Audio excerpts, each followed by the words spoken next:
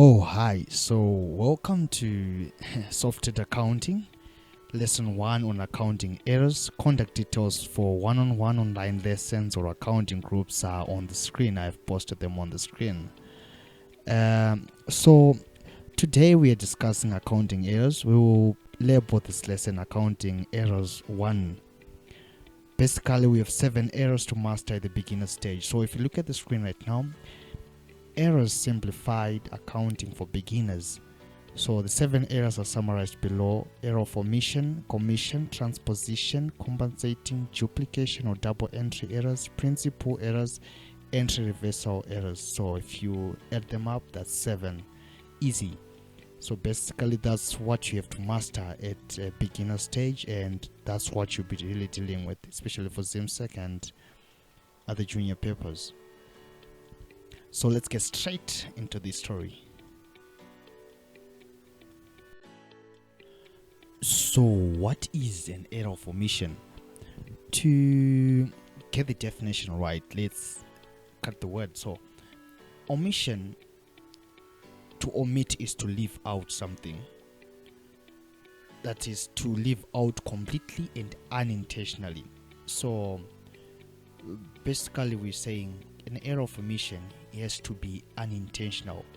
You forget to record something unintentionally. So before we get deeper, let me explain the difference between an error and fraud. An error is unintentional, fraud is intentional. So if a question comes to you and says something was left out intentionally, then know that that's not an error of omission, because that's fraud.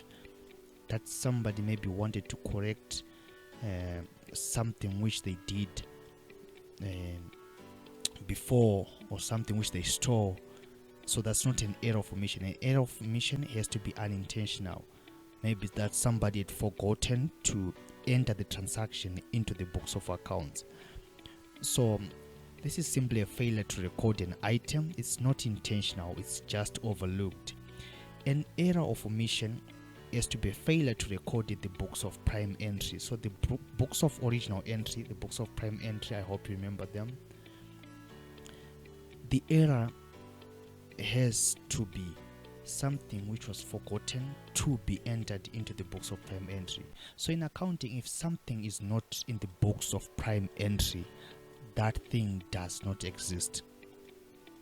I would give an example. You purchase a Samsung tablet for $300. However, due to work pressure, you forget to enter the purchase into the purchases journal.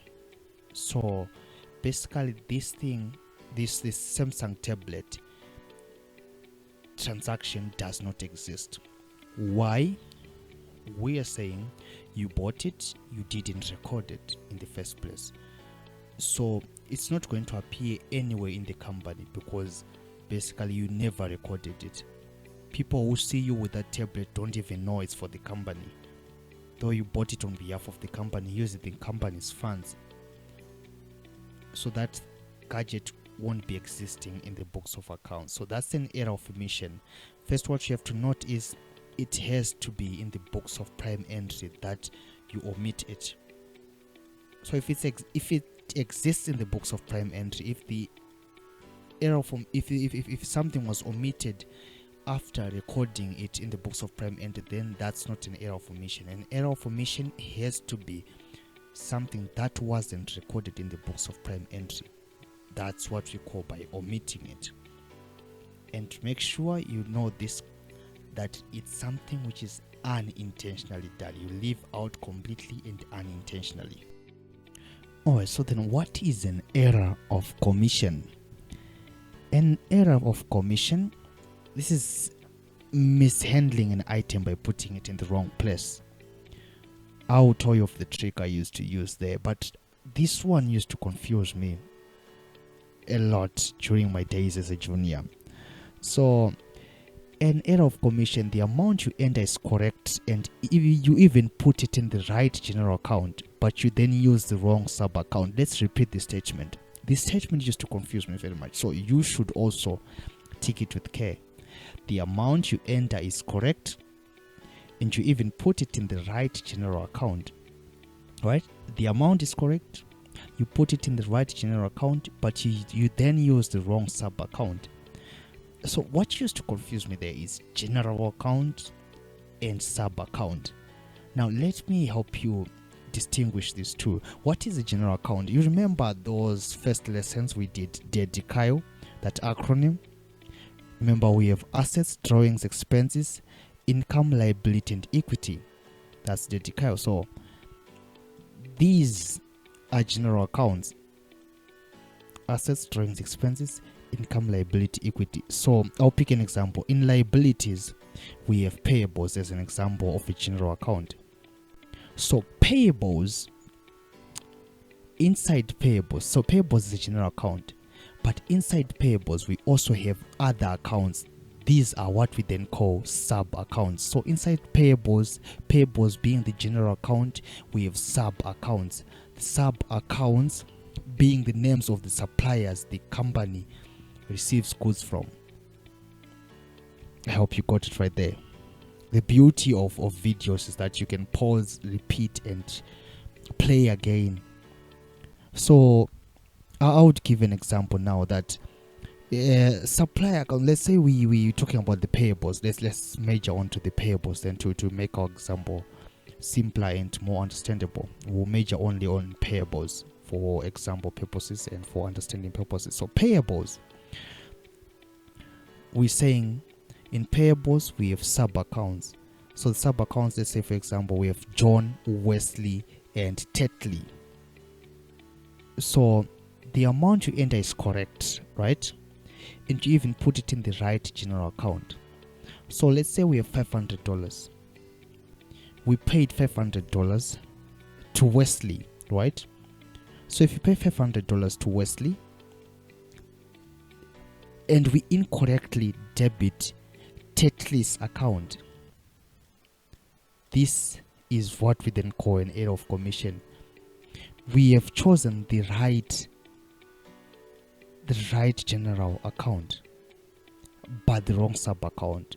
What we mean, the right general account, yes, we entered it in the payables account, but we chose the wrong person because we paid to Wesley $500, not to Tetley. These two words are similar, so it may confuse a person. That's why we used two almost similar names. So let's do another example. You pay a supplier $200 by the name Wesley, right? However, you entered this on the debit side of Tetley's account. Remember, when you pay a supplier, you debit that supplier's account. But then this time we paid Wesley, but then we debited Tetley's account, who is our supplier also. So basically the total of our accounts at the year end or at the month end is going to be okay. But inside our accounts, in the individual accounts, the accounts will be wrong. I hope you got it right there. That's an easy one. So the way I used to get it, the way I got it easy during those days when I was a junior, I would just say it's correct general account. You just have to memorize this. You enter into the correct general account or in the correct class of accounts but incorrect sub account. You are done. That's an error of commission. The correct general account or correct class of accounts but incorrect sub account, and you are done with commission. So when it comes, now you know, all right, so when a question comes, now you get to know it easier that this is an error of commission. Why? Because you can identify that they paid a supplier but they recorded to the wrong account of the supplier. I hope you got it there. Let's go next. Error of transposition. So this one is easy to understand but difficult for many to apply on the ground. So it's basically recording the incorrect amount of an item by reversing or mixing up numbers. This can cause overstating or understating numbers. So an error of transposition. This usually happens when transferring work or amounts from one book to another. I would say, for an example, you at school, when you're writing notes, the teacher is writing on the board, you are jotting down in your notebook, right? However, have you noticed that you sometimes make an error? The teacher writes 1,000 and you jot down in your book 10,000 instead of 1,000. That's an error of transposition. That's the general and most simple example of an error of transposition.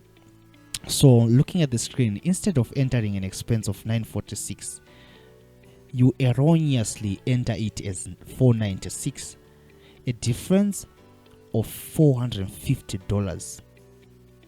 So you may actually overcharge your company because of this error of transposition. I mean, you have to be careful when dealing with figures, especially in accounting. So that's why you have heard there's this rumor that says accountants are perfect. They don't do errors. They actually make errors. These are the errors we're discussing. But they try to prevent them by being skeptical and being very cautious about the way they do their work and the way they operate. So that's an error of transposition.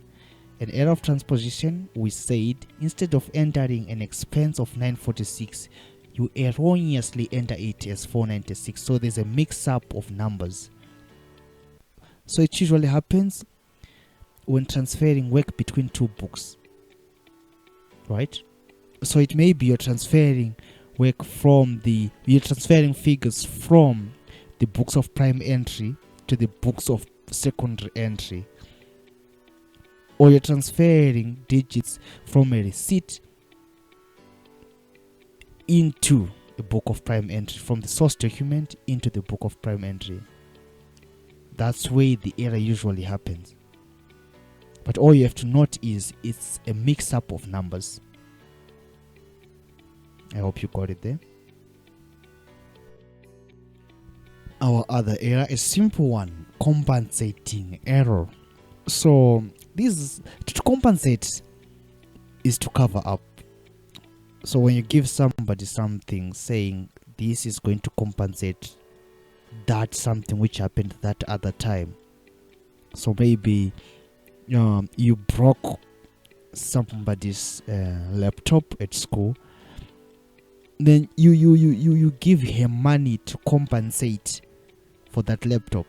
So you're saying this money I'm giving you is going to cover up for the broken laptop, right? So it usually happens on two opposite accounts. What am I saying? So we said there are errors that cancel each other out, and they happen on two opposite accounts. What I'm saying is you mistakenly overstate income by 1,000. So note this is income by 1,000, which has been overstated by 1,000. But you also overstate expenses by 1,000. This means the net effect is 0. Why? We are saying income is 1,000 overstated. To overstate is to overvalue something, right? And to understate is to undervalue. So right here we're dealing with overstate. I was just explaining so that you understand in future. So you overstate income by 1,000, which means you have plus 1,000, and you overstate expenses by 1,000. So income is positive and expenses are negative. Why? Because expenses is money flowing out of the business. Income is money coming into the business. So it's plus minus. So plus 1,000 minus 1,000, we get 0, right? So that's a compensating error. So they usually happen with opposing accounts. For example, income and expenses. They are errors that cancel each other out. This one is simple and clear. So our fifth error is an error of duplication or double entry error. What do we mean by double entry error or duplication? To duplicate is to make a copy. I guess that you know generally. So to make an exact copy of what was originally there. So in short, It's when you enter the same item more than once. That's duplicating, right? So in accounting terms, we're saying you sell goods worth $20 to Rashid for cash. So it's a cash sale of $20. In recording, you enter debit cash $20, credit sales $20, which is correct. It's not wrong, right? When you make a cash sale, you debit cash $20, you credit sales $20, you increase cash by $20, and you increase sales by $20. Remember, cash is an asset, sales are income. So you increase an asset by debiting it. You increase sales or you increase income by crediting it. However, another salesman, so you are a salesman, remember? However, another salesman comes and records the same transaction. Debit cash $20, credit sales $20, just as you had done. So this makes this entry, which this second salesman has done, a duplicate entry, which means now your cash is overstated. Why? Because there are now two entries that says we received money from a certain person, yet you only received that money once, you didn't receive it twice. So that's what you call by a duplication or double entry error. It overstates or understates depending in which state it has been done in. So in this case, it overstates cash. It also overstates sales. That's a double entry error or a duplication error. Very simple. So let's go to the next one. We also have a slightly confusing error. So this error of principle. So you remember we talked about the error of commission. These two are similar but they're different. I hope you still remember when we began the lesson. Error of commission, which was our error number 2. We said it's the correct general account but incorrect sub account. So now the difference between an error of principle and an error of commission is that in an error of principle, we record in the incorrect class of accounts. So the error of commission, we said correct general account or a correct class of account but incorrect sub account. For an error of principle, it's incorrect class of accounts, or it's actually incorrect general account. An example would be recording an owner's personal expense as business expense. So Dedicao, if you go back to Dedicao, we have expenses as a general account. We also have drawings as a general account. For example, recording an owner's personal expense. A personal expense by the owners is a drawing. That's not an expense by the business. The business only records expenses done by itself. Anything not done for the business and by the business is a drawing, right? So if you now record drawings as business expenses, then that's an error of principle. Why? Because you have taken drawings from Dedicao, you have taken drawings and treated them as expenses for the business. I would give many examples to simplify this one. I know this one is a bit difficult. You could also treat a revenue expenditure as capital expenditure. That's an error of principle. Another error of principle would be current assets treated as non-current assets. Another example, maybe a company may buy a car for use, for day-to-day use, but the car is recorded as inventory or stock. I'm not sure which words you usually use, but then now we are adapting to inventory instead of stock. So this car is supposed to be treated as capital expenditure, which means it's supposed to appear in the balance sheet, but then it's supposed to appear in the balance sheet under non-current assets, but then it's treated as inventory, which means it's going to appear under current assets and in the profit and loss account, which is incorrect. So that's an error of principle, the wrong class of accounts. I hope you're done with this one. So let's talk about our last and final error, the error of entry reversal or complete reversal. So this error is as a result of computing an item of expense as an item of income or vice versa. So, or receivables as payables. What I'm trying to say is, or debiting what was supposed to be credited and crediting what was supposed to be debited. I'll use the second explanation as it is simpler and time saving. So let's say you sell your goods at cash, so the cash sales, right? So you sell for $400, cash sales. What you're supposed to do is you're supposed to debit cash and credit sales. You're supposed to what? Credit sales and debit cash, right? However, in an era of entry reversal or complete reversal, what happens is you do the opposite. You debit sales instead of crediting them, and you credit cash instead of debiting it. That's an error of complete reversal. You have reversed what we're supposed to do. You can see in the screen that just popped out, in that green box, right? That's the correct thing you were supposed to do. You're supposed to credit sales 400 and debit cash 400. Why? Because cash has increased, so you increase it by debiting 400. Sales have increased, so you increase them by crediting them 400. Remember the decal? Cash is an asset, so we debit to increase it. Sales go to the credit, they are income, so you credit them to increase them. So in an era of complete reversal, what we have done is the opposite of what we were supposed to do correctly. So that's basically an error of entry reversal. So great, we are on the summary now. So these errors cannot be identified by the trial balance. So these are the key points you should note from the summary.